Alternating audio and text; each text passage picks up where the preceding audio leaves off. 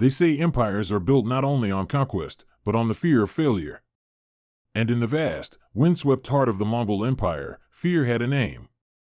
It was 1238. The banners of Genghis Khan's descendants stretched from the Pacific Ocean to the edges of Europe, commanding more land than any force in history. Their law, the Yasa, was absolute. Victory meant glory eternal, failure meant something far worse than death. This is not the story of a battle. It's the story of a woman, Princess Alaki, the granddaughter of Genghis Khan himself. A commander, a strategist, and one of the few women ever entrusted with a Mongol army. Her courage was legendary.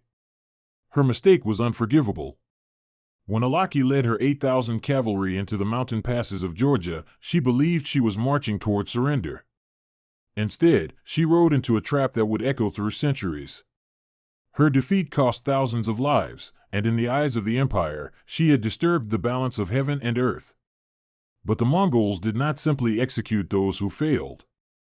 They transformed them. What followed was a ritual so strange, so methodical, and so spiritually charged that it blurred the line between punishment and devotion. This is the tale of Hulk, the rite of transformation, where flesh, spirit, and empire collided. A story buried for centuries beneath dust, rumor, and silence, until archaeology brought it back to life. Tonight, we travel to the 13th century, to a world where discipline was divine, and where one woman's fate became the empire's eternal warning. This is the rite of Alaki, the day the Mongol Empire punished failure. The wind over the Mongolian plain has a voice. It doesn't whisper, it commands. It carries the echo of hooves, the clash of steel, and the unbending rhythm of an empire that once ruled nearly half the known world. In that sound lies a single truth: discipline was everything. By the year 1238, the Mongol Empire was no longer a nomadic coalition of horsemen. It was the largest contiguous empire the world had ever seen, stretching from the frozen forests of Siberia to the deserts of Persia, from the shores of the Yellow Sea to the gates of Europe. More than 1 million square miles of earth bowed beneath its banners. And behind that expansion stood a principle carved deeper than any sword cut: the Yasa. The Yasa was not a single document, nor a set of laws carved on stone tablets.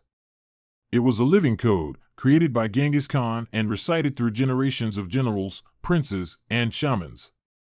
It defined how soldiers fought, how they lived, and how they died. It told them when to rest, how to divide spoils, and even how to speak in battle. But more than rules, it was a sacred pact with the eternal blue sky, the god the Mongols called Tungri. To disobey Yasa was to break faith with the universe itself. In an empire born from constant motion, punishment was swift and public. A thief might lose his horse, a deserter might lose his life. But for a commander, a person entrusted with the lives of thousands, failure carried a heavier weight. A failed general didn't simply risk execution, he risked spiritual contamination. The Mongols believed that every warrior carried a fragment of the army's soul. If that soul was tainted by cowardice or defeat, the entire force could suffer. The shame had to be cleansed, not in the afterlife, but in this one. That belief made Mongol warfare unlike anything the world had seen. Their armies moved like storms, silent until impact, precise to the second. Scouts rode days ahead, charting terrain, mapping rivers, and memorizing enemy formations. Commanders used smoke signals and drums to coordinate thousands of riders across miles of battlefield. The penalty for arriving late or disobeying an order was not a reprimand, it was death. Yet soldiers accepted this with calm conviction, because honor and obedience were not separate things, they were the same. Even when the empire seemed unstoppable, fear of failure never left its leaders. In Karakorum, the empire's capital rising from the dust of the steppe, generals approached the Khan's tent not as politicians, but as believers approaching a god. The Khan was the chosen voice of Tungri. His orders were destiny. His displeasure could unravel a bloodline. From childhood, Mongol children were taught that to win was to preserve harmony, and to fail was to invite chaos. Parents told their sons and daughters stories of warriors who broke Yasa and brought ruin to their tribes. These were cautionary tales, not of cowardice, but of imbalance. For the Mongols, balance wasn't a philosophical metaphor, it was the order of the cosmos. The sky watched, the earth remembered, and the ancestors judged. It's within that worldview that our story begins. Far across the western frontier, in the rugged passes of the Caucasus, the kingdom of Georgia had resisted Mongol domination longer than anyone expected. The Georgians were fierce defenders of their mountain fortresses, Christian knights who saw the Mongols as heathen invaders. The terrain favored them, narrow valleys, snow-capped ridges, and hidden strongholds where cavalry could not maneuver. Every Mongol commander who entered those mountains faced the same nightmare, a place where the horse could not run and the arrow could not fly far. The Great Council in Karakorum debated how to break Georgia's resistance once and for all. It was then that a remarkable proposal came from the Lion of Chagatai, second son of Genghis Khan: let Princess Alaki command the campaign. To modern ears, that might sound unusual, a woman leading an army in the 13th century, but within Mongol culture, it was not unheard of. The empire was pragmatic. Competence mattered more than gender. And Alaki had competence in abundance. Born of royal blood yet raised among warriors, she had spent her youth on horseback, mastering the bow before she could write her name. She had ridden alongside her brothers through the grasslands of Central Asia, commanded smaller detachments in punitive raids, and earned the loyalty of soldiers who respected skill over lineage. They called her Cotton Alaki, Lady Commander. When word spread that she would lead 8,000 cavalry westward into Georgia, the decision stirred pride and apprehension in equal measure. To some, it was proof of the empire's faith in her. To others, it was a test. Alaki herself understood what it meant. A commander who failed did not merely lose a campaign. Under Yasa, she endangered the balance of the empire, and there was only one way to restore it. The punishment was whispered more than spoken, wrapped in ritual and dread. The shamans called it Hulk, the rite of transformation. It was said to return harmony between the living and the sky, by binding the spirit of the guilty into eternal service. To the Mongols, this was not cruelty, it was cosmic housekeeping. But before Hulk, there had to be failure. And in the spring of 1238, failure came riding on a mountain wind. The steppe itself seemed to hold its breath as Alaki's banners disappeared into the Caucasus. The passes grew narrower, the air thinner. Snow lingered in the shadows even as spring thawed the valleys. Her scouts brought word of a Georgian detachment, small, cornered, desperate to surrender. It looked like an easy victory, perhaps too easy. History often turns on moments like that, a decision made at dusk, a messenger trusted too quickly. Alaki ordered her troops forward, descending into a gorge near a fortress called Kurti. What she didn't know was that the Georgian king, Queen Ruzudin's generals, had spent months preparing the trap. Hidden archers lined the cliffs, boulders balanced above, infantry concealed in caves. When the Mongols entered the pass, the mountains themselves seemed to attack. Rocks crashed down, arrows rained from above, and the echo of war drums filled the canyon. Horses panicked, unable to maneuver. The elite cavalry, trained to fight in open plains, found themselves trapped in a stone throat of death. Within hours, thousands lay crushed or impaled. Alaki fought until her horse was cut from under her. She was captured alive, an outcome almost unheard of for a Mongol commander. Most chose suicide over capture, for captivity meant dishonor. But her captors recognized who she was. They saw political value in a living princess. From the Georgian perspective, the war was over. They sent envoys to the Mongol court, offering ransom and negotiation. They thought mercy might be possible. They misunderstood the Yasa. In Karakorum, when the news of Alaki's defeat reached the council, the response was immediate and absolute: no ransom, no negotiation. She was to be returned alive. Her life would not be spared, but her death would have meaning. To the outside world, it may have looked like vengeance. To the Mongols, it was balance restored. The decision reflected the empire's essence. Mercy had little place in a system built on cosmic law. Every victory was a prayer, every defeat, a disturbance. The empire did not forgive, it realigned. In the weeks that followed, shamanic messengers prepared the rituals. The capital's northern quarter, the sacred compound where the old women of the steppe tended their fires and whispered to the spirits, was readied. Princess Alaki, warrior and royal, would not face an ordinary sentence. She would face the Hulk. The wind over the steppe carried the news like prophecy. Among the armies, silence replaced rumor. Among the shamans, chants began again, low, rhythmic, as if calling balance back to the world. And far beyond the empire's borders, even its enemies would later whisper of that balance, how the Mongols believed failure could be transformed, and how one woman's destiny would become a legend written not in ink, but in flesh and faith. The storm was coming. The code demanded it. And the empire would obey. The chronicles call her Princess Alaki of Chagatai, though among the soldiers of the steppe she was known simply as Cotton Alaki, the Lady Commander. In a world where a warrior's worth was measured by discipline and deeds, Alaki had both in abundance. Her story begins long before the tragedy in the mountains, in the heart of a dynasty that demanded perfection from its bloodline. She was born into power but raised in hardship. Her grandfather, Genghis Khan, had built an empire by uniting fractious tribes under one banner and one code, the Yasa. His sons carried that legacy across continents, but the empire's expansion brought new tensions, politics, rivalries, and the question of who truly understood the Khan's vision. Alaki's father, Chagatai Khan, was known for his strict interpretation of the Yasa. In his court, even princes were judged by merit, and even daughters were expected to ride, hunt, and lead. There were no idle children of the Khan. Every member of the royal family served the empire's order in some way, and for Alaki, that meant the saddle and the sword. As a child, she trained alongside boys twice her size. She learned to shoot a bow while standing on a galloping horse, to read the wind before it reached her face, to sleep in armor beneath the open sky.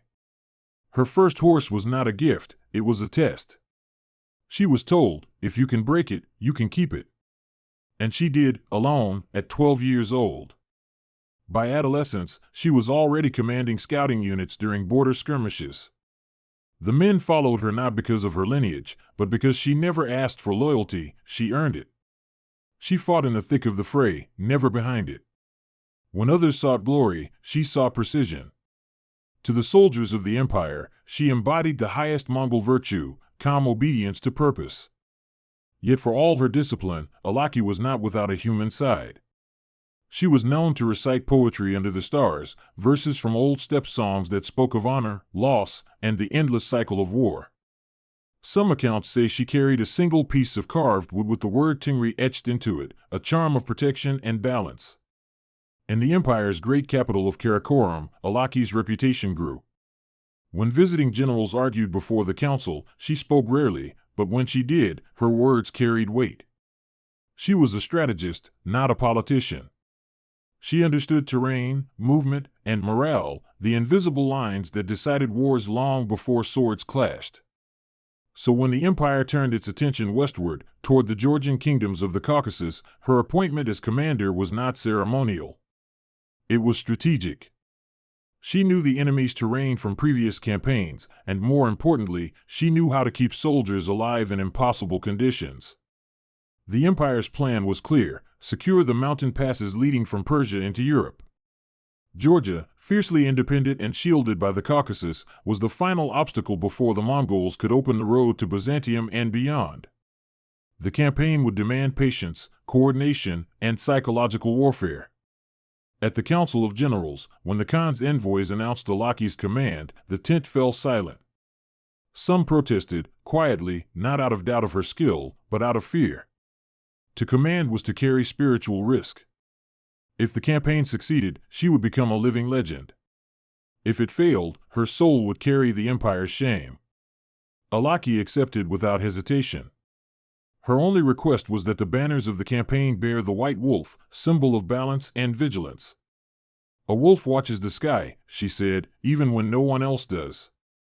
In the spring of 1238, her army assembled on the steppes north of Samarkand, 8,000 cavalry, hardened veterans from Central Asia. They rode light, each man carrying dried meat, fermented milk, and a spare horse. Drums marked their departure, echoing across the plains like thunder answering thunder. Alaki rode at the head, clad not in gold or silk, but in tempered iron and leather, functional, battle-worn. She carried no jewels, only a small wooden charm on a string around her wrist. The journey to Georgia was brutal. Sandstorms in the deserts of Persia, blizzards in the passes of Armenia, and the constant pressure of time, for the empire demanded results, not excuses. But discipline held the army together. Alaki's camp was organized with mathematical precision. Scouts rotated every 6 hours, horses fed before men, fires arranged in geometric lines visible to her command tent. At night she inspected every outpost personally. Soldiers later recalled her walking through campfires, silent except for the sound of her boots against the earth. She spoke little, but when she did, her voice carried calm authority. "We serve the law," she would remind them. Not the wind, not fear. Only the law. By late spring, the Mongol army crossed into Georgian territory. The valleys were green, narrow, and deceptive. Alaki's scouts reported that resistance was minimal. Villages seemed abandoned. Paths lay open. It felt wrong. Still, intelligence arrived claiming a small Georgian garrison near the fortress of Kurti was isolated and ready to surrender. A golden opportunity, or a mirage. The decision was hers alone. If she hesitated, she risked being seen as timid. If she advanced, she risked ambush. She studied the map by torchlight, the inked lines trembling in the mountain wind. She thought of the yasa, of balance and obedience. To act without faith is also failure, she reminded herself. She gave the order at dawn. 8,000 riders descended into the narrow pass, a corridor between towering cliffs. The air smelled of rain and pine. The sun barely touched the ground. From the ridges above, the first boulder fell. Then came the arrows. What followed was chaos in its purest form, the collapse of order. Horses screamed, formations shattered, and the sound of drums turned into panic. The Georgians, hidden for days among rocks and caves, struck with precision born of patience. The Mongols, unmatched on open plains, were trapped in stone. Alaki fought to restore command. She rallied riders into circles, firing upward at unseen enemies. But the pass itself betrayed her. The very mountains she sought to conquer devoured her army piece by piece. When the dust cleared, more than half her force was gone, killed or captured. Alaki herself was dragged from her horse, her armor dented and blackened with ash. The Georgians realized who she was. They did not kill her. They took her prisoner. To them, she was a bargaining chip. To the Mongols, she was a broken mirror of balance. When word of the defeat reached Karakorum, the council met in silence. Messengers recited the casualty numbers. The shamans burned incense. The Khan's envoys delivered the verdict, no ransom. The Georgians were instructed to return her alive. The message was chillingly precise. Let her live. Her life belongs to the sky. Within weeks, Alaki was on her way back across the steppes, not as a commander, but as an offering. Soldiers who once saluted her now looked away as her caravan passed. Yet she held herself upright, silent, her eyes on the horizon. Some accounts claim she asked only one question on the journey home. Will the balance be restored? The guard said nothing. In Karakorum, preparations began in the northern shamanic compound, a sacred place few Mongols ever entered. Fires burned day and night, and women in ritual garments gathered herbs and minerals. The air grew heavy with chant and incense.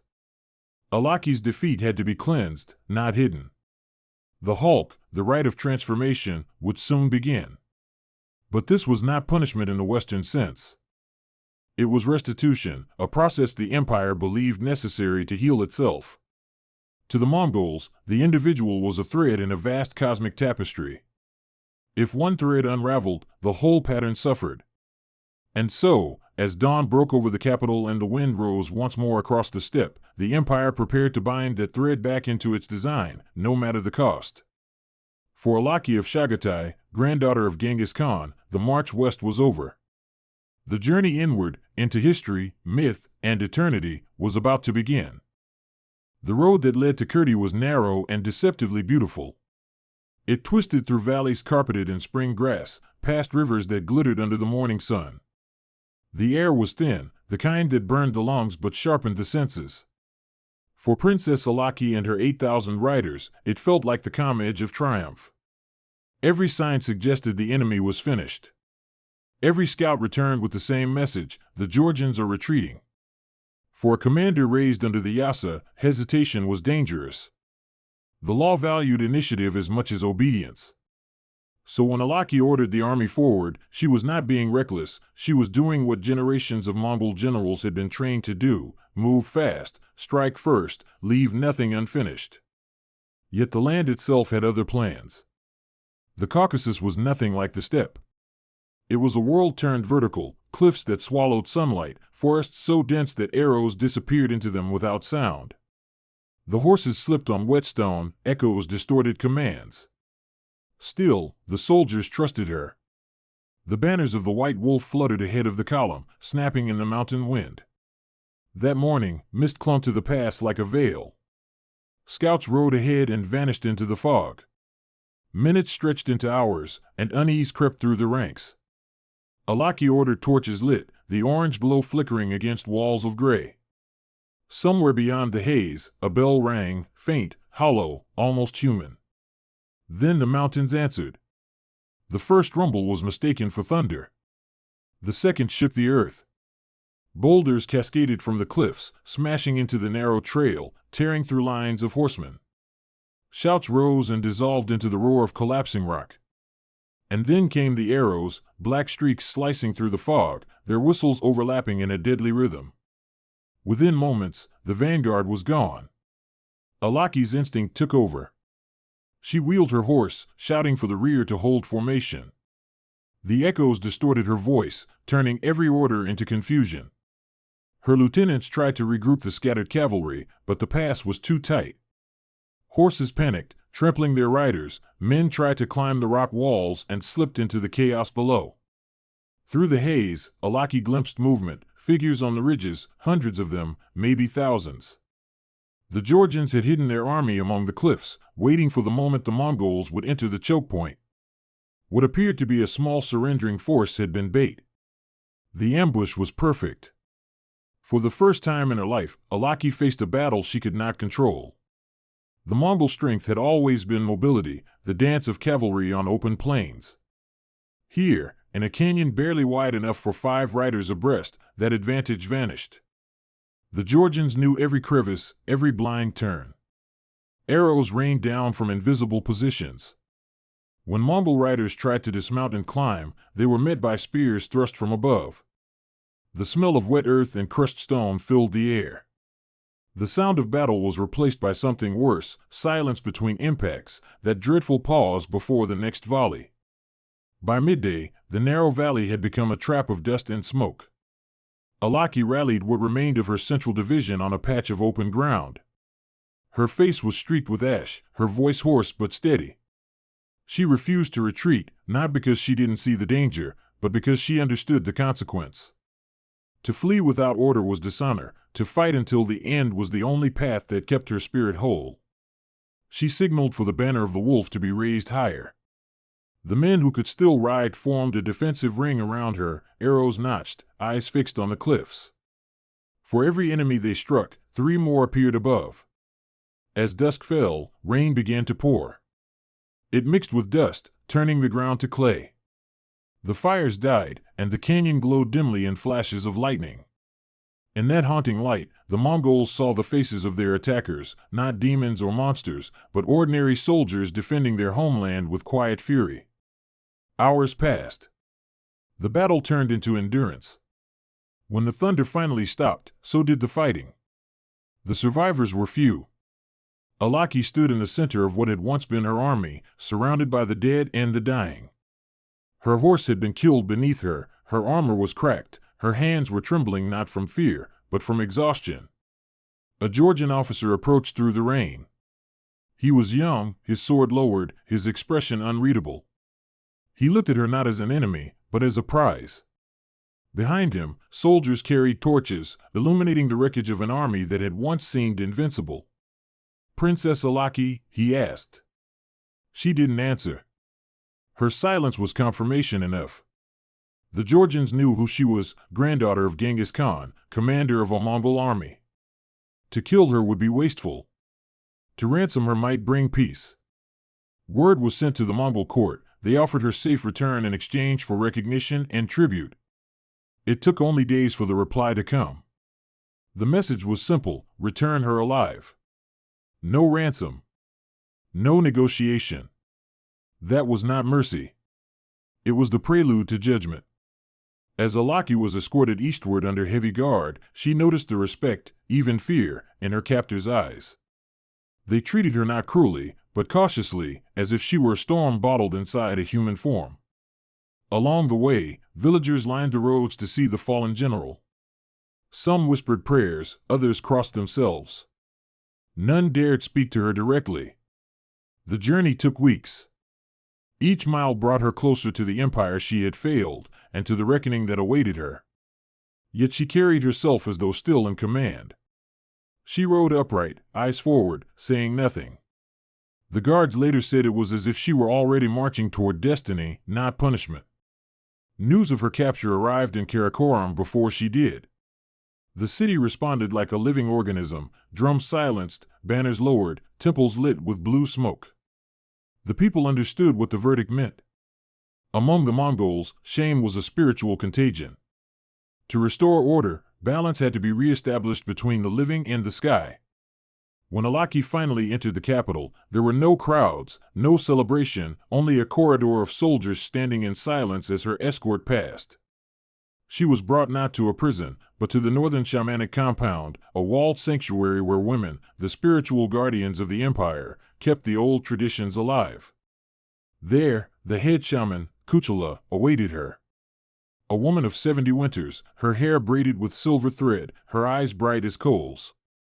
She bowed, not in submission, but in acknowledgement. Balance must be restored, Kuchula said softly. Alaki met her gaze. Then let it be, she replied. No words of defense. No plea. Just acceptance. For the next several days, the compound prepared. Fires were lit, chants filled the air, and messengers came and went under strict secrecy. The soldiers outside the walls were forbidden to speak of what they saw. To them, it was sacred work, dangerous to witness, deadly to interrupt. The empire had suffered a wound in Georgia, and the shamans would heal it not with steel, but with spirit. Alaki, the fallen commander, would become the instrument of that healing. Back in the Caucasus, the Georgians celebrated what they believed was a decisive victory. They did not understand what their triumph had set in motion. The Mongols never forgot. They never allowed defeat to end in silence. Every loss became a seed for future conquest. The soldiers who escaped the ambush carried home a message not of despair but of duty. Their fallen commander had accepted her fate, therefore, the shame was theirs to cleanse through vengeance. In time, they would return. And when they did, they would bring not only swords and fire, but the memory of a princess who faced failure with the calm of a storm. The empire would call it restoration. History would call it revenge. The trap at Kurti was more than a battle, it was the spark that ignited one of the most haunting rituals in Mongol lore. From this moment onward, Princess Alaki was no longer a general, no longer royal blood. She was something else, a symbol.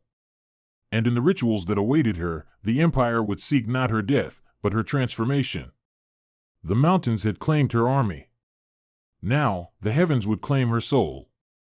When the gates of the northern shamanic compound closed behind Princess Alaki, the city of Karakorum fell into silence. No one outside those walls knew what would happen within them, and no one dared to ask. To the Mongols, this place was sacred ground. It stood apart from palaces and barracks, older even than the empire itself.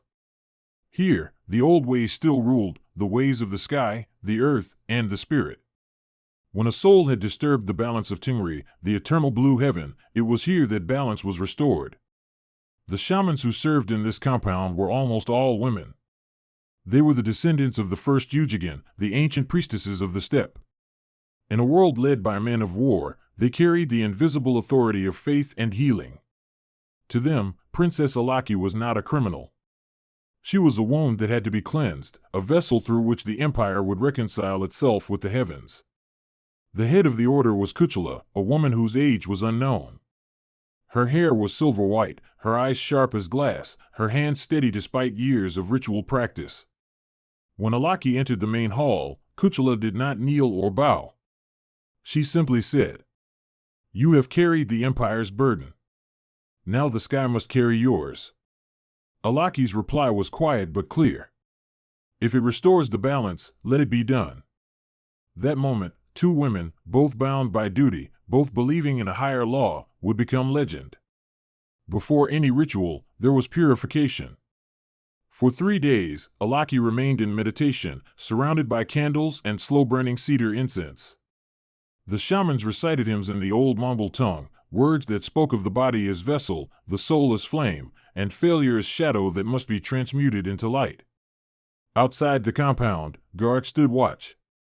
They were forbidden to speak or even look toward the ritual grounds. Inside, the rhythm of the chanting never stopped. It pulsed like a heartbeat, steady, solemn, endless. Alaki fasted during this time. Not as punishment, but as offering.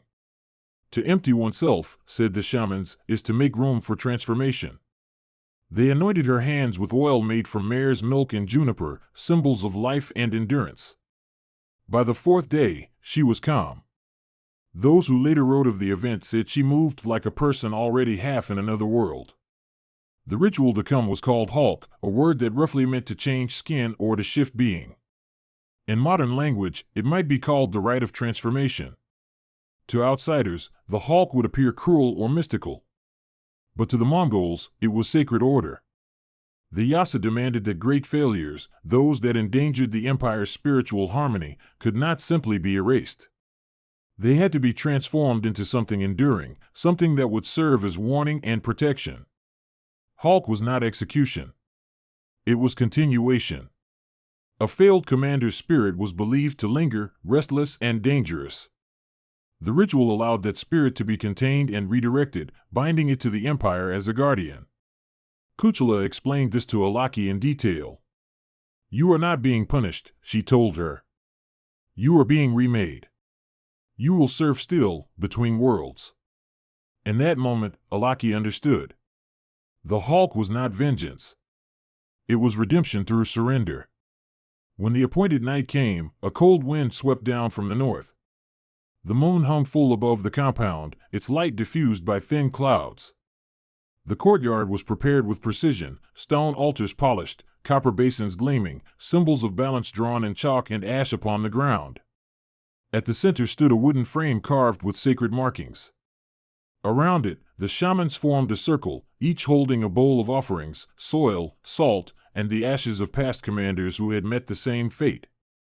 The air was heavy with incense and the faint metallic scent of ritual tools polished for generations. Alaki entered dressed in a simple white robe, her hair unbraided, her eyes steady. She looked not like a prisoner, but like a priestess about to fulfill her vow.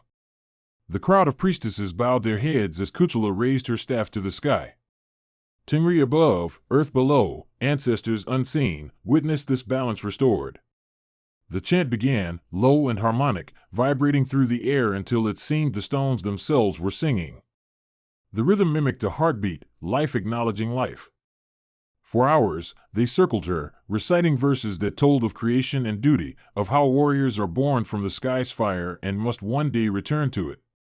Drums marked the passage of time, each strike echoing like thunder rolling across the steppe. As the ritual progressed, the meaning became clear. The empire was not erasing Alaki, but binding her to its eternal memory.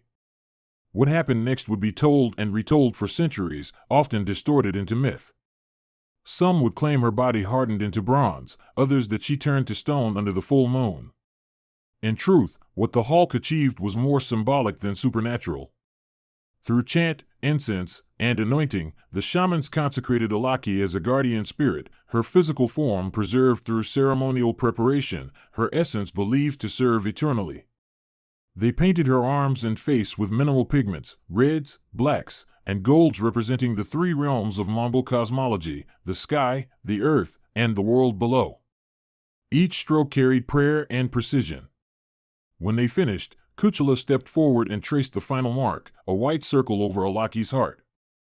"Here," she said, "your duty continues." Then, as dawn approached, the drum slowed, the chanting faded, and silence reclaimed the air. Alaki stood motionless in the pale morning light, her face calm, her body anointed and sealed with ritual paint. Outside the walls, the first rays of the sun touched the steppe, turning the world gold. Within the compound, the shamans bowed. The transformation was complete.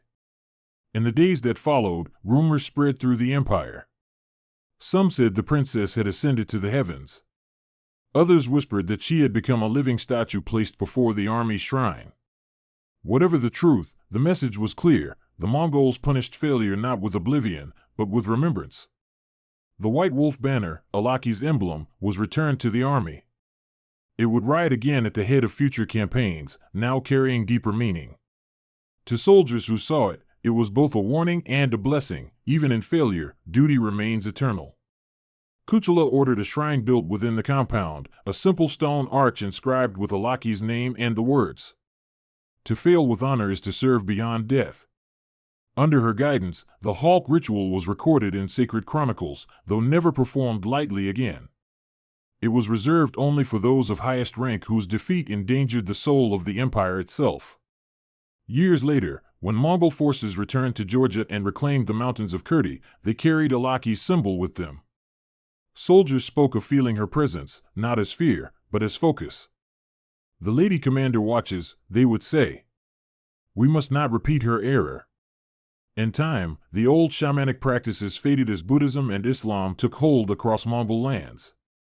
Yet the legend of Princess Alaki endured. Poets turned her story into parable, warriors invoked her name before battle. She became the embodiment of the empire's hardest truth: discipline stronger than mercy, faith deeper than fear. Modern historians still debate whether the Hulk was literal transformation or a ritual metaphor, perhaps a highly disciplined process of spiritual atonement rather than physical change. But even they agree on one thing: Alaki's courage, her acceptance of fate, transformed the meaning of failure in Mongol culture. She was no longer a fallen general. She became a myth of balance, the warrior who turned defeat into service and shame into eternity. And as the steppe winds sweep across the ruins of Karakorum today, they still carry a faint echo, a whisper of a woman who once looked at the sky and said, "If balance must be restored, let it be done." The empire obeyed. And history remembered. Dawn broke over Karakorum in bands of pale gold, and with it came a sound the city had not heard since the day Princess Alaki rode west, the slow roll of war drums. From the northern quarter, a column emerged, silent, tightly ordered, purpose distilled into motion. At its head flew the white wolf banner, newly consecrated, its cloth repaired and its staff wrapped with fresh leather. The banner did not belong to a single person anymore. It belonged to an oath. No proclamation was read in the squares. None was needed. In an empire governed by rhythm, the message traveled in hoofbeats. The army was moving west, back to the Caucasus, carrying not just steel and strategy but memory. General Chagan, a veteran of the eastern campaigns, took command. He was no orator, and he preferred it that way. He had one talent the empire valued above all others: he knew how to turn silence into pressure. When he spoke to his officers, his instructions were precise: speed without noise, strength without spectacle, victory without waste. Before departure, Chagan entered the shamanic compound, something few generals dared to do. He stood before the stone arch the priestesses had raised and lowered his head. "Balance will be restored," he said. Kuchula, the elder shaman, regarded him with eyes like winter stars. "See that it is restored without arrogance," she replied. "Remember why you carry the banner."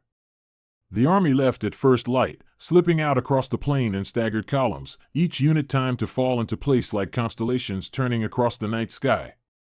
Behind them, Karakorum exhaled.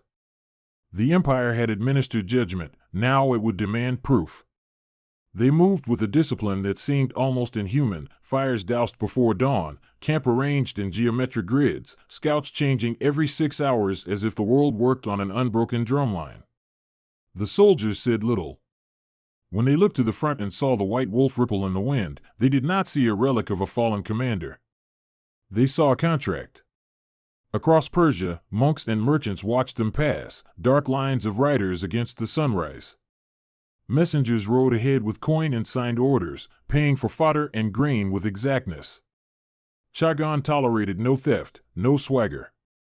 Our task is not vengeance, he reminded the quartermasters. Our task is correction. The closer they came to the Caucasus, the more the earth itself seemed to push back, rains that turned the roads to clay, mountain winds that twisted sound into riddles. But the Mongols adapted.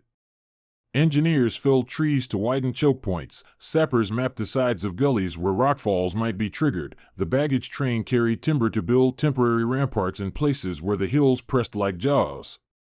And always, ahead of the column, scouts fanned out like the points of a spear. They did not seek glory. They sought openings, and, when they found none, they made them. Word reached Tbilisi that the Mongols had returned. At first, the Georgian nobles dismissed the reports as exaggeration. They had crushed a Mongol army in the Kurdi Pass, surely the invaders would hesitate before risking those mountains again. But prisoners taken along the frontier told a different story. They spoke of an army that moved like shadow and geometry, quiet, relentless, utterly without swagger. And they spoke of a banner, a white wolf gliding at the front, its fabric oddly consecrated, as if touched by a ritual the Georgians did not understand. Whispers turned to fear. In councils lit by candlelight, lords argued whether to retreat to the high fortresses or meet the invaders in the valleys. The church urged unity, old feuds reopened anyway. Georgia was a patchwork of loyalties and rivalries, brave, devout, but divided. Chagan knew this. He had studied their politics the way a hunter studies wind. He didn't need to crush every fortress. He needed to break coherence. When the Mongol vanguard reached the outer valleys, Chagan did something the Georgians did not expect. He stopped.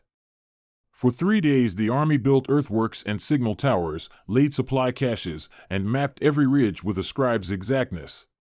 At dawn on the 4th day, the white wolf banner rose from a hill above the valley floor where Georgian scouts could not fail to see it. The banner did not advance. It waited. Below, Georgian cavalry formed lines but did not attack.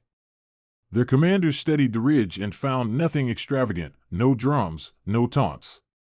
Just the banner, the long quiet of readiness, and a set of riders drifting like chess pieces from one signal tower to another.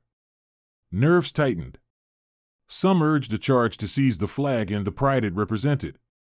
Others warned of bait. Chagan used those hours like a sculptor uses light. He let fear cast the shadows he needed. At nightfall, small Mongol detachments moved into the side valleys, not to fight, but to cut paths through scrub and stone with ruthless patience. By the second dawn, the steppe riders had carved new corridors around the Georgian positions, routes wide enough for 50 horses abreast. What the mountains denied, the empire built. The pass that had eaten Alaki's army still brooded in the distance, a dark jaw against the sliver of sky. Chagan didn't enter it. He approached it like a siege engine approaches a wall, sideways. From the east, engineers erected a wooden causeway along a slope the Georgians had assumed was impassable. From the west, sappers scaled a ragged spine of rock and secured lines for mounted archers to move safely along the ridge. In the center, where the canyon narrowed into the old killing ground, Chagan did something no Mongol commander had done there before. He refused the center entirely. The Georgians, puzzled, watched positions on their flanks begin to fail. Skirmishers they had placed in safety found themselves isolated by new paths the Mongols had cut overnight. A boulder trap rigged to fall on the main route never had a target to strike. The enemy was everywhere and nowhere, appearing on ridges thought unreachable, vanishing from places expected to be contested. And always, visible from every vantage point, the white wolf banner stood on its hill, unmoving. It did not need to advance to exert force. It focused the army. What followed was not a single glorious clash, but a series of precise corrections. One by one, the mountain passes that fed into Kurdi fell to the Mongols. Where the terrain allowed cavalry to run, they ran. Where it didn't, engineers changed the terrain. Each engagement was brief, clean, controlled, the opposite of the chaos that had consumed Alaki. Captured Georgian officers were brought to the front lines, where they could see the banner and the ordered ranks beneath it. They were not humiliated, they were made to witness. Chagan wanted them to carry home a story the empire had learned.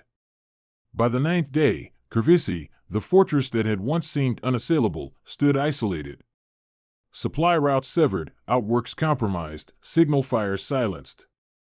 Chagan offered terms: surrender the gate and the garrison would be spared.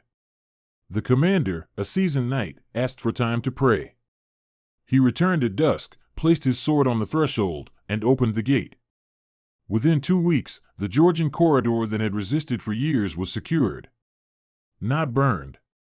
Not shattered. Secured. Chagan stationed small garrisons at each pass and left written orders for the treatment of locals: no plunder, markets open, taxes fixed by weight and measure. This was empire's system, not appetite. Soldiers later tried to describe the feeling of marching under the white wolf. Some said it was as if 1,000 eyes watched their formation and corrected it. Others spoke of hearing nothing but their own breathing and the beat of their horses' hooves, clarity without fear. A few admitted that on the first day they felt dread, thinking of Alaki. By the last day, they felt responsible, as if they carried her resolve forward. For the Georgians, the sight of that banner became a riddle. Was it a token of blasphemy, as some priests declared? Or a sign that the Mongols did not treat defeat as forgettable? The answer depended on the watcher. But either way, its presence worked like pressure on a fracture, splitting alliances that had been brittle for years.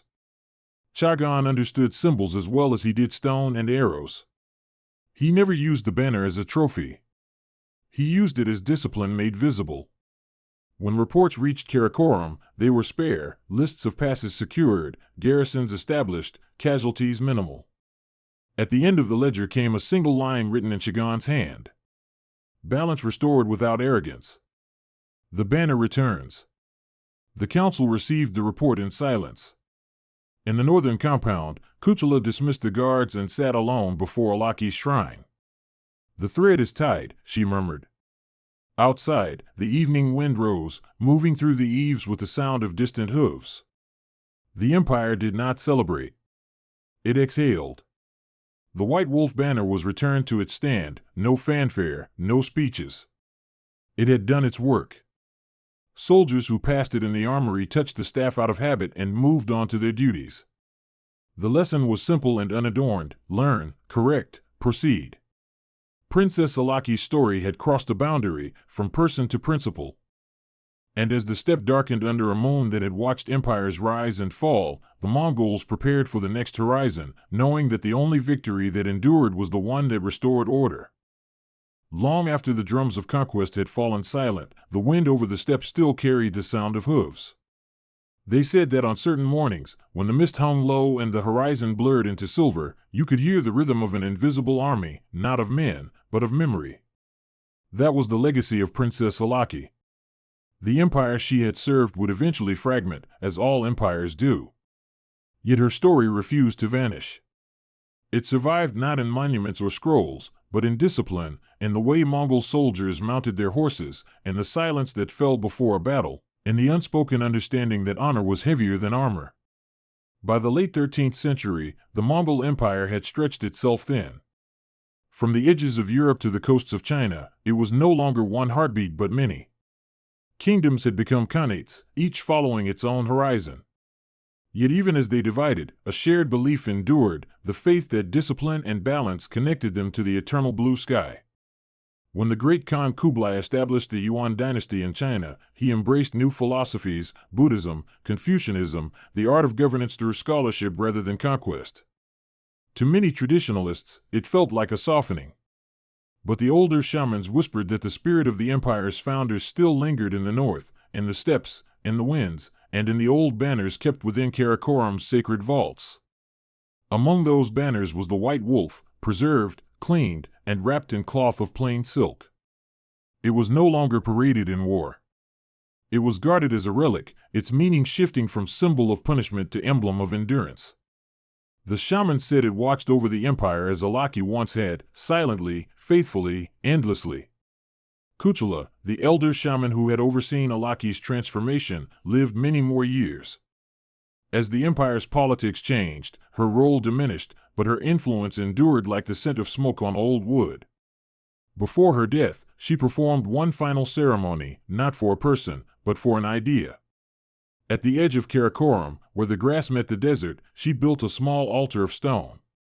Upon it, she placed a fragment of the white wolf banner's leather wrapping and a carved figure of a horse.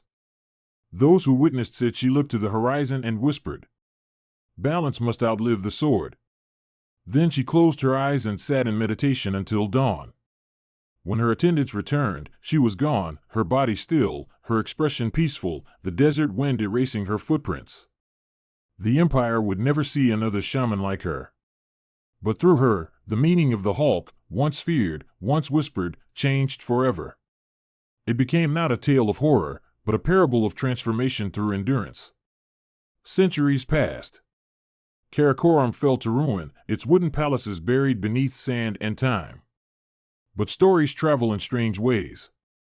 Traders, monks, and travelers carried fragments of Alaki's legend across continents. By the 15th century, Persian scholars had written her name into chronicles of the Mongol age, describing her as the lady who became eternal. European monks, hearing these accounts second-hand, distorted them into myth, claiming she had turned to gold, or that her spirit guarded a hidden city. Chinese historians, more restrained, wrote of a noble general of the Chagatai line who accepted her fate as law and thus cleansed her people of shame. None could agree on her death. All agreed on her courage. In the 19th century, when explorers from Russia and Europe rediscovered the ruins of Karakorum, they found traces that matched the old chronicles, the northern compound, fragments of copper vessels, inscriptions invoking Tingri and balance. Among them was a partially preserved wolf sigil, burned into a piece of wood. To the archaeologists, it was an artifact. To the steppe people who still lived nearby, it was a reminder that the sky remembers. Modern historians often ask, how could a civilization capable of such brutality also create one of the most stable and merit-based systems of its time? The answer, perhaps, lies in the same paradox that defined Princess Alaki. The Mongols believed that strength and harmony were not opposites, they were mirrors. When one shattered, the other distorted. The Yasa was not written to glorify power, but to prevent it from consuming itself. Every soldier, every general, every ruler was a strand in the web between earth and heaven. Failure, in that worldview, was not simply defeat. It was disruption. And to restore the pattern, someone had to bear the cost. In Alaki's story, the empire found the perfect embodiment of that philosophy: courage through obedience, transcendence through acceptance. Whether or not one believes the literal truth of the Hulk ritual, its symbolic meaning remains powerful. It shows how a people defined by conquest also understood the necessity of balance, of transformation, not annihilation. Today, deep in Mongolia's Orkhon Valley, where the grass still bends in the same winds that once carried Mongol banners, there stands a small stone structure, weathered and half-buried. Locals call it Katanan Chulu, the Lady's Stone. It bears no name, no inscription, only a faint carving of a wolf and a line of runes so eroded that only the first words remain legible: to fail with honor. Scholars debate whether it marks the site of Kuchula's altar or Alaki's resting place. The truth has long since merged with myth. But those who visit describe a curious feeling, a hush that settles over the valley, as if the air itself listens. Shepherds still leave offerings there, a horsehair braid, a piece of white cloth, a whisper to the wind. They say the offerings are not prayers for victory. They are prayers for clarity, for the strength to face failure with dignity and to keep moving forward. In modern Mongolia, Alaki's name rarely appears in textbooks, but her spirit survives in unexpected places, in poetry, in art, in the national ethos of endurance. Schoolchildren still learn proverbs that echo her philosophy. The sky does not weep for the wind, nor the warrior for the storm. To fall is to rise differently.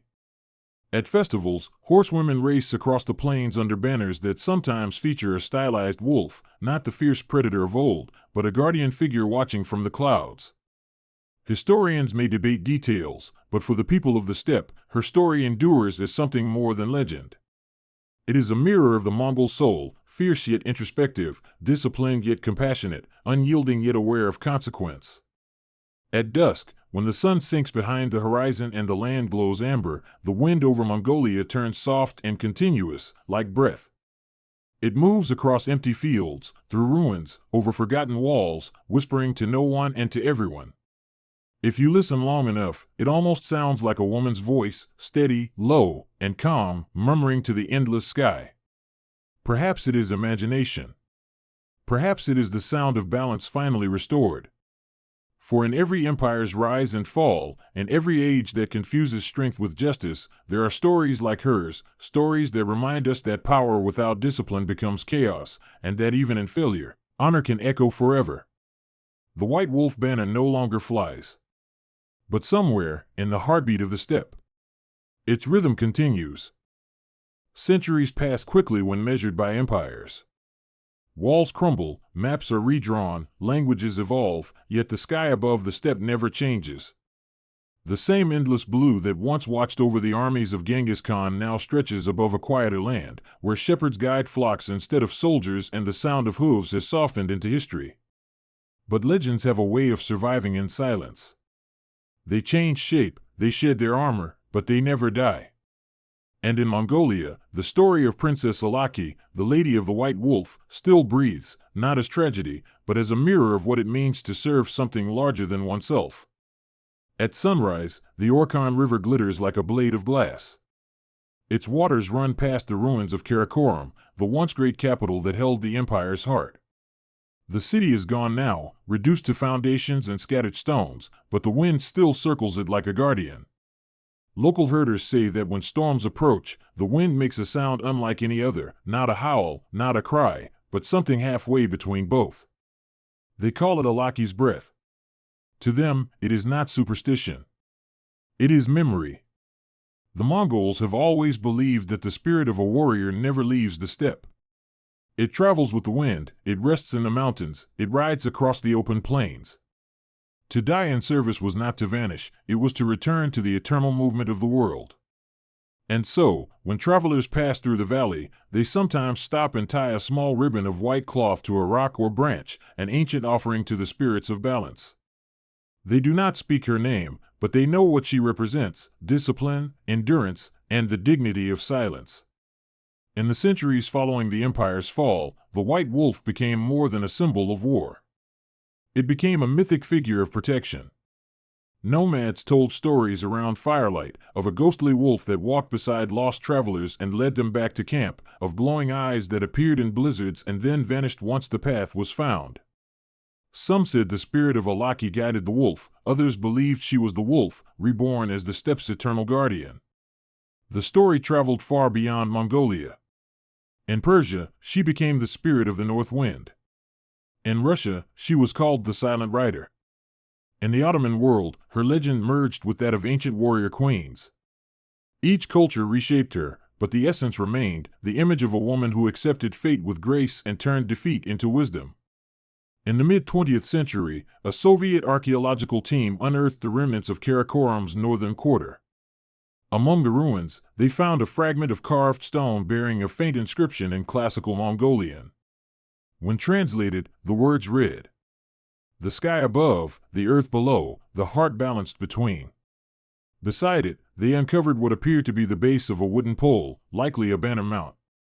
The wood had long decayed, but the socket still contained traces of silk fiber dyed white and gray. At first, the researchers treated it as a military artifact. But when one of them, a young ethnographer named Irina Vostrikova, compared the find to surviving oral traditions, she realized its deeper meaning. It was not a banner of conquest, she wrote, but a banner of atonement. A reminder that even the strongest empire needed humility before the sky. Her report, published quietly in 1963, never reached the public.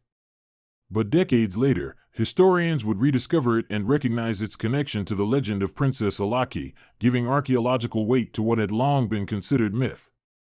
By the 14th century, as Buddhism and Islam spread across Mongol territories, the Halk ritual, once feared, once sacred, disappeared from practice.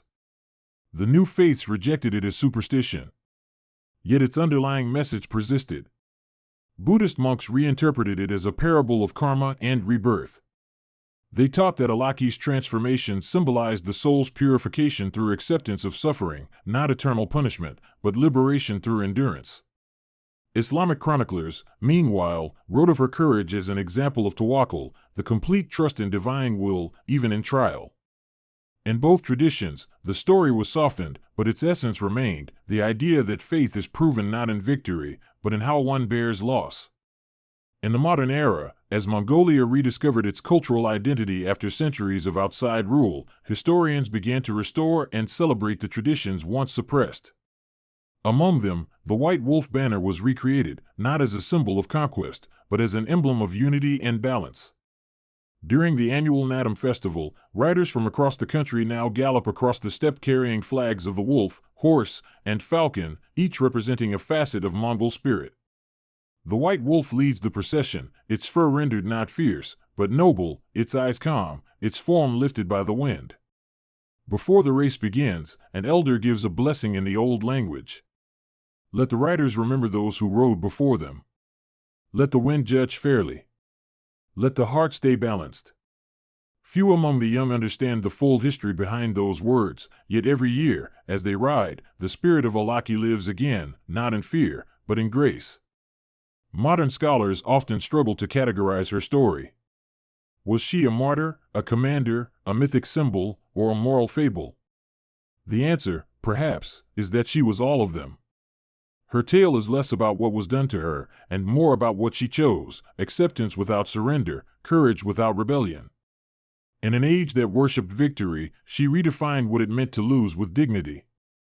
To understand her is to understand the Mongol worldview, a civilization that saw no separation between the spiritual and the practical, between discipline and faith.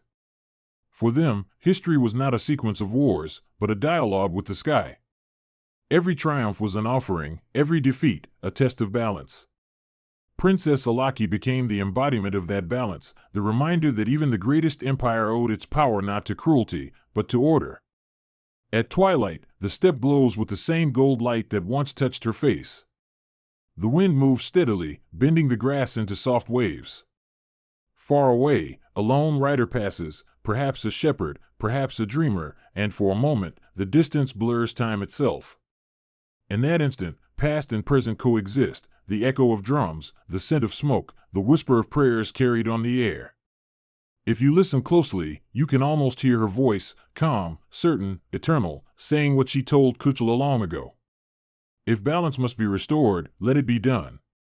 The world has changed 1,000 times since then, yet those words remain true. Empires rise and fall, faiths shift, nations form and dissolve, but the need for balance, for discipline, for the courage to face consequence, is timeless. And so, the legacy of the sky endures, not in stone, nor sword, but in the hearts of those who understand that every choice, like every breath, is part of something infinite. The white wolf no longer rides before the armies. It runs with the wind, unseen, unending, guarding the horizon where earth meets heaven. The sky above Mongolia is not quiet. It hums, softly, endlessly, the sound of wind brushing over 1,000 years of memory. Beneath it, the land lies open, endless, patient. Time moves differently here. Seasons pass like sighs, yet the stories remain, folded into the earth like layers of breath. They say the steppe does not remember names, only the weight of deeds. The hoofprints fade, but the rhythm remains. The banners fall, but the wind still knows their shapes. And though Princess Alaki's name has blurred into the dust of centuries, the balance she died to restore endures. In the early 21st century, a team of Mongolian and international archaeologists returned to the Orkhon Valley. Their goal was simple: to map the ruins of Karakorum using modern technology, drones, and ground-penetrating radar. But on the fourth evening of the expedition, when the light fell low and the steppe turned copper, one of the researchers, a young woman named Inksaken, found something unexpected. Half buried in a shallow dune, she uncovered a small carved stone no bigger than her hand. On its face, faint but legible, was a single engraved line in classical Mongolian. "The sky does not forget." She held it up against the sunset. The wind rose suddenly, warm and unbroken, and for a moment it felt as if the entire plain exhaled. That night, she couldn't sleep. She sat outside her tent, watching the stars rise, the same stars that had guided Mongol riders 8 centuries before. "The sky does not forget," she whispered to herself. "Then maybe neither should we." It was then she understood something that no textbook could teach. The Mongol Empire was not simply a story of conquest. It was a story of discipline and belief, of people who saw the world as a sacred dialogue between action and consequence. Months later, that stone sat in a glass case inside the National Museum of Mongolia in Ulaanbaatar. It was displayed with other artifacts from Karakorum, coins, arrowheads, pieces of armor, shards of pottery. But this stone drew more visitors than any of them. Not because of gold or artistry, but because of what it said. The museum labeled it "Fragment of the Northern Compound, 13th century." Possibly associated with the legend of Princess Alaki, known in oral tradition as Cotton Tingrian Urgel, the Lady of the Eternal Sky. People stood before it quietly. Schoolchildren pressed their hands to the glass. Elders nodded and whispered old words their grandparents had told them: "The sky does not forget." A local artist later created a painting inspired by the find, a vast panoramic canvas showing the steppe at twilight, the wolf in silhouette, and a faint human figure within the clouds above. The painting was titled "Balance Restored." It became a national icon. Years later, Inksaken, now a teacher, told her students the story of Princess Alaki. She didn't speak of torture or punishment. Instead, she told them of discipline, loyalty, and faith, of how one woman chose to face her failure with dignity so that her people could learn from it. Her students listened, spellbound. To them, Alaki was not a distant historical figure. She was a mirror. A reminder that even in a modern world of machines and ambition, honor still mattered, not as a word, but as a choice. When one student asked, "Teacher, do you think the story is real?" she smiled. "History is not about deciding what is real," she said. "It's about remembering why it was told." That day, the class went outside, spread across the open field behind their school, and tied white ribbons to the fence, letting the wind carry them like modern-day prayers. They called it the Balance Project. It became a yearly tradition across the region. In 2041, a Mongol historian named Dr. Altandrel Sukbat published a book titled The Balance of Empires. It examined how ancient systems of justice shaped modern ideas of responsibility and morality. One entire chapter was devoted to the Hulk, not as myth, but as metaphor. He wrote, "The Hulk was not a ritual of cruelty, but of cosmic logic. It reminded every commander that power is a loan, not a possession, and that even the mighty must answer to something greater than themselves." Dr. Sukbat's interpretation reframed the conversation. Western historians who had once viewed the Mongols only through the lens of destruction began to acknowledge their psychological sophistication, their understanding of fear, order, and unity as tools of governance. In interviews, Sukbat often said, "What we call horror, they called harmony." Not because they loved pain, but because they feared chaos more. His work earned him international recognition, but more importantly, it restored dignity to a culture often defined by others' misconceptions. Each year, during midsummer, travelers now make the journey to the Orkhon Valley, not as tourists, but as seekers. Some are Mongolian, others come from Japan, Poland, Italy, or the United States. They come not to conquer history, but to listen to it. At dusk, they gather by the ruins of Karakorum, where the wind moves like invisible water. Local monks light butter lamps, their flames small against the vast horizon. The ceremony is simple, a chant to the eternal blue sky, a moment of silence, a release of white ribbons into the wind. No one speaks loudly. The silence itself feels sacred. As the ribbons rise and scatter, they disappear into the golden light, tiny pieces of fabric merging with air, just as the empire once merged with destiny. Somewhere, the wind shifts direction, and for a heartbeat, it almost sounds like the rhythm of hooves. The legacy of Princess Alaki continues not because of conquest, but because of balance. In an age of technology and noise, her story is a quiet reminder that strength without restraint leads only to collapse, whether in empires and nations or within ourselves. When Mongolian leaders today speak of national renewal, they often quote her final words as preserved in legend. If balance must be restored, let it be done. Those words have found their way into art, into classrooms, into public discourse. They appear in documentaries, murals, and even space projects. Mongolia's first satellite was named Tengri-1, the Sky 1, launched in 2037.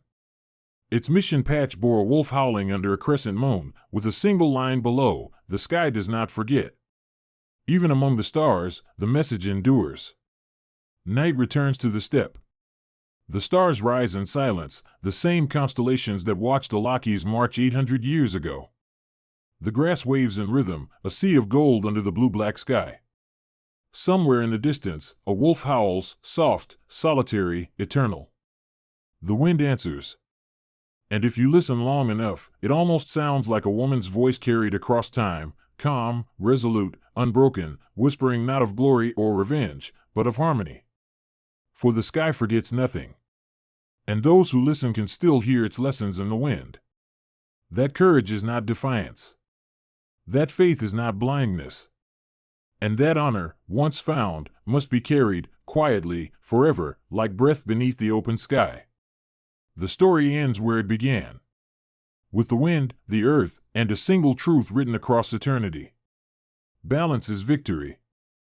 The past never truly ends. It only changes its tone, waiting for us to hear it again in another language. The Mongol Empire spoke a language of order and consequence, a grammar where every action had weight, every failure required balance. Centuries later, the words have changed, but the syntax remains the same. In every government office, every boardroom, every small decision that ripples outward, the echoes of that grammar still guide us, if we choose to listen. Leadership, then and now, has always been a dialogue with consequence. In the 13th century, Mongol commanders rode beneath banners that demanded perfection. They were not symbols of ego but of accountability. When Princess Alaki fell from grace, her punishment, however cruel, came from a logic deeper than vengeance. It was the belief that power without consequence would break the order of heaven and earth. Today, no empire enforces such rituals, but the principle endures. Responsibility is not a burden you carry only in victory, it is a promise you keep when things go wrong. Modern leaders still write their own versions of the Asa, codes of conduct, constitutions, contracts. Yet too often, these are written as shields, not mirrors. The Mongols did not separate authority from discipline, they bound them together. To lead was to accept exposure. To fail was to face the wind. That ancient lesson still matters in a century where mistakes can ripple through millions of lives at the speed of a signal. Symbols, too, have their grammar. The white wolf that once led Mongol riders into battle was not merely an emblem of power, it was a sentence, an instruction to remember. Its eyes reminded soldiers that they were not alone in their cause, that every step they took was watched by sky and ancestor alike. Today, our flags and logos, our medals and seals, speak the same language. They can inspire courage or disguise vanity. The test of a symbol is simple: does it make you humbler or louder? The wolf once whispered, not roared. Rituals survive, even if their forms soften. Where the hawk once transformed failure through pain, modern societies seek transformation through transparency. A press conference, an apology, a correction, these are our rituals now. And though they seem modest beside ancient ceremony, their purpose is the same: to rebalance what has been disturbed. The Mongols knew that hidden shame breeds decay. Modern culture is learning, painfully, that silence does the same. True justice begins when consequence is visible, not vengeful. Systems outlast heroes, that was the genius of the Mongol machine. For every Genghis, there were thousands of mapmakers, horsemen, messengers, engineers.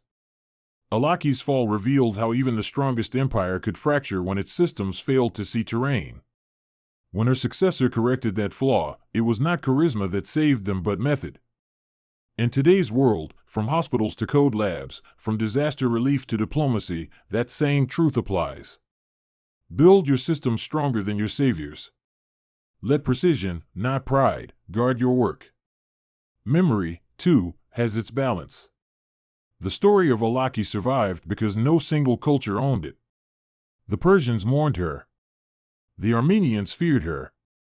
The Mongols revered her. The Chinese recorded her in cautionary ink. History, when honest, is a conversation, not a verdict. To remember ethically means to hold every perspective until they illuminate each other. If we remember only the cruelty, we lose the courage. If we remember only the courage, we lose the cost. Balance is remembering both. Courage, then, is not about conquest. It is about endurance, about standing inside your own failure without turning away. Princess Alaki's final act was not rebellion but consent, the acceptance of consequence, not because it was deserved, but because it was hers. In an age obsessed with triumph, that kind of courage feels revolutionary. True bravery is not the refusal to fall, it is the refusal to lie about the fall. Power, when it matures, learns to whisper. The Mongols once terrified the world through spectacle, but their endurance came from precision. They mapped rivers, counted days, listened to wind. The sound of a disciplined empire was not thunder, it was rhythm. Modern nations would do well to remember this. Stability hums quietly. It does not need applause. What we choose to carry forward from history is also a matter of grammar. Each age writes its own version of balance. For us, it might be 6 simple clauses: admit the failure, honor the harmed, fix the system, protect humility, make correction visible, move on without vanity. These are not rules of an empire, they are rules of survival for any organization, any leader, any human being. In the Orkhon Valley today, travelers still tie white ribbons to the fence posts, whispering wishes into the wind. They no longer speak Alaki's name aloud, but her lesson moves among them, invisible, unending. The ribbons rise and flutter like tiny banners of reconciliation, a quiet reminder that the sky never closes its eyes. When the wind shifts, it sounds almost like a heartbeat. If she could speak across centuries, perhaps her message would be simple: the empire was never meant to last, the discipline was.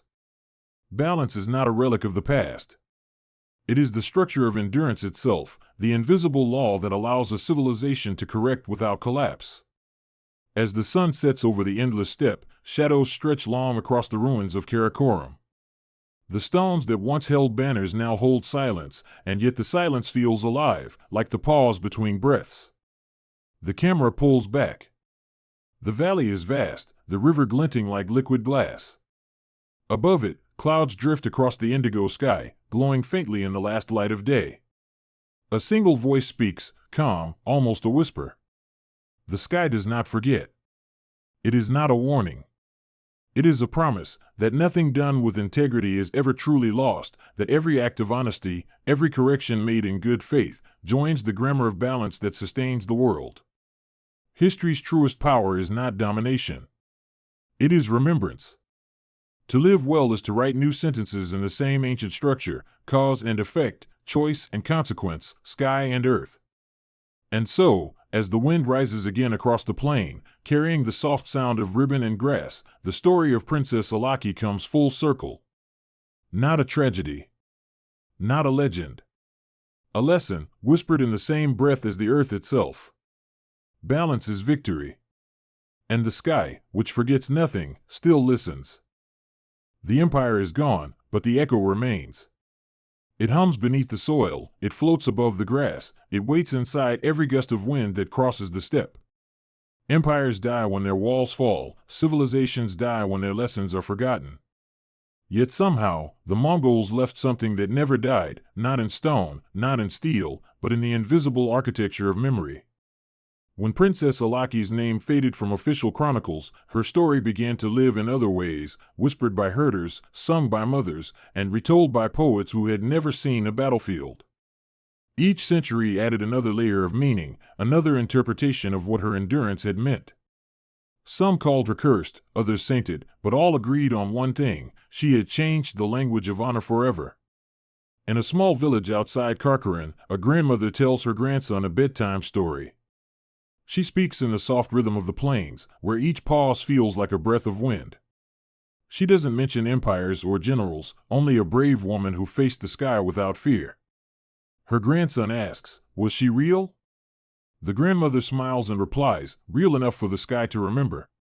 That's how the Mongols keep their history, not through marble or monuments, but through continuity of voice. They understand that the echo itself is enough. In time, these echoes reached beyond Mongolia. Historians in Europe began to re-examine the empire's legacy.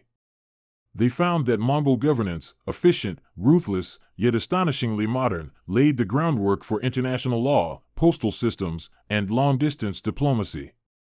The grammar of balance that guided Alaki's punishment had also guided how the Mongols ruled the continent. They rewarded merit over birth, established courier networks that carried truth faster than rumor, and built an empire not of walls, but of roads. Even the harshest rituals had logic. They served the collective before the individual. In the 22nd century, long after Alaki's time, archaeologists returned to the old shamanic compound in Karakorum. This time, they came with quantum scanners and 3D drones that could map invisible residues. What they found shocked them, not because of brutality, but because of precision. Chemical traces revealed a level of bionowledge previously unknown to medieval science: controlled temperature regulation, mineral preservation, herbal antiseptics that modern pharmacology could barely identify.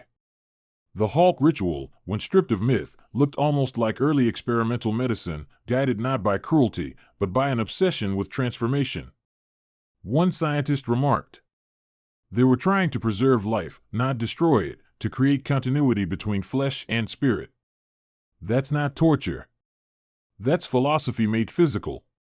The world began to see Princess Alaki not as a victim of savagery, but as a symbol of the human drive to find meaning even in suffering, a bridge between biology and belief. Today, the Orkhon Valley has become a UNESCO heritage site, a quiet pilgrimage ground for scholars, artists, and wanderers seeking something older than time. At dawn, the valley glows like polished bronze. The mountains breathe mist. Birds rise in flocks that look like fragments of cloud, and the river moves with the slow rhythm of centuries. Visitors walk barefoot through the grass, holding small ribbons or stones carved with her name. They tie them to trees or bury them gently under the soil, whispering intentions: forgiveness, courage, balance. There are no ceremonies, no priests. Only wind and silence. In recent years, a global foundation was formed, the Alaki Institute for Ethical Leadership. It teaches that leadership without humility collapses, and failure without reflection repeats. Students from dozens of nations gather each year to study how ancient moral codes, from the Yasa to the Hulk's symbolic meaning, can guide modern ethics in business, governance, and science. The Institute's motto, engraved in both Mongolian and English, reads, "The sky does not forget, therefore, act worthily beneath it." The digital age brought new empires, not of armies, but of information. Networks that span continents, leaders who command through code. And yet, the same ancient dangers returned: arrogance, disconnection, blindness to consequence. That is why researchers at a university in Ulaanbaatar created the Tingri Project, an artificial intelligence ethics framework inspired by Mongol cosmology. It evaluates corporate and governmental decisions not only for profit or legality, but for balance, environmental, social, and psychological. Its creators often quote Alaki's story in presentations. "We cannot eliminate failure," one says, "but we can design systems that learn from it without cruelty." In this way, the spirit of the Hulk has been rewritten into code, transformed from punishment into algorithm, from pain into principle. The final lesson, however, belongs not to science but to silence. At night, the steppe still stretches infinite and unbroken. The stars look exactly as they did in Alaki's time. Travelers sleep under the open sky, wrapped in the same constellations that once guided the Mongol riders. Somewhere out there, the wind moves over forgotten graves, carrying fragments of songs, war songs, yes, but also songs of home, of love, of endurance. There's a peace here that words can't touch.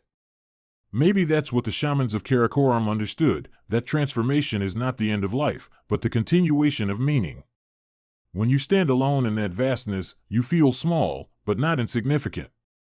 The earth under your feet remembers more than you can ever know, and the sky above forgives nothing, yet it forgives everything, too, because it never stops watching. What remains of Princess Alaki is neither her body nor her punishment, it is her grammar. Her way of aligning spirit with consequence, action with reflection. Every civilization needs its grammar, or it collapses into noise. She taught us that there is dignity in accountability, poetry in precision, and immortality in endurance. Her story was never meant to glorify pain. It was meant to honor balance, the quiet discipline that allows life to continue after loss. Perhaps that is why, when the wind sweeps over Karakorum, it never sounds like mourning. It sounds like breathing, steady, patient, alive. In that sound lies the truest form of remembrance, not in fear, not in spectacle, but in the eternal rhythm between doing and undoing, breaking and mending, forgetting and learning again. The empire that once ruled from ocean to sea is dust now, but the echo remains, an echo that tells every human heart. You, too, are part of the balance. You, too, must learn to carry your power gently. The camera rises one final time, drifting upward through the golden light of dawn. The grass waves like a living sea. The Orkhon River glimmers like liquid glass. In the distance, a single white wolf runs along the ridge, its fur catching the sunrise. The shot widens until the earth curves, showing the endless horizon, steppe fading into cloud, cloud fading into the blue infinity above. A final voice whispers, calm and certain. Empires pass. Balance remains. The sky forgets nothing. Then silence. Only wind. And that is how history breathes, endlessly, gently, across the ages.